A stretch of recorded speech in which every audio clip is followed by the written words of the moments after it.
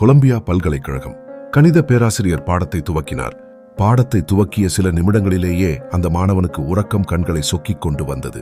அவனையும் அறியாமல் உறங்கினான்.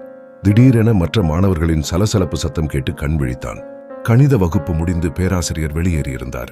உறங்கியதை நினைத்து வெட்கப்பட்டுக் கொண்டே கரும்பலகையை பார்த்தான். பேராசிரியர் கரும்பலகையில் 2 கணிதங்களை கேள்வியாக எழுதி வைத்திருந்தார். அவனுக்கு புரிந்து போனது. ஆசிரியர் அசைன்மெண்ட் கொடுத்திருக்கிறார்.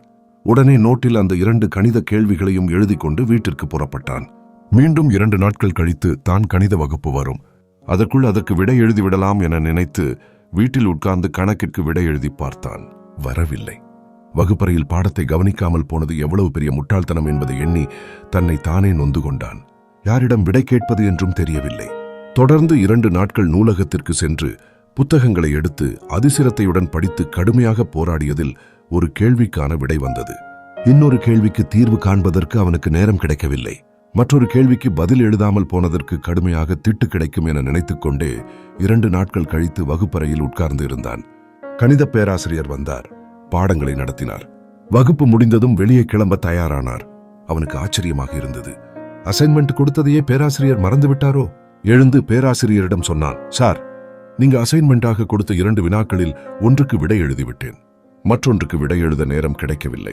எனக்கு இன்னும் 2 நாட்கள் கூடுதல் அவகாசம் கொடுத்தால் அதற்கும் விடை எழுதி விடுவேன். பேராசிரியர் அதிர்ச்சியாய் அவரிடம் பதில் சொன்னார். என்ன சொல்ற? நான் அசைன்மெண்ட் எதுவும் கொடுக்கவில்லையே. அந்த 2 வினாக்களில் ஒன்றுக்கு விடை எழுதிட்டேன்னு வேற சொல்ற. எனக்கு ஒன்னும் புரியல. அந்த விடைத்தாளை காட்டு பார்ப்போம்.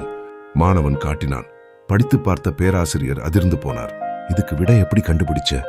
அந்த மாணவன் உண்மையை ஒத்துக்கொண்டான். நீங்க பாடம் எடுத்த போது என்னையும் அறியாமல் உறங்கிவிட்டேன்.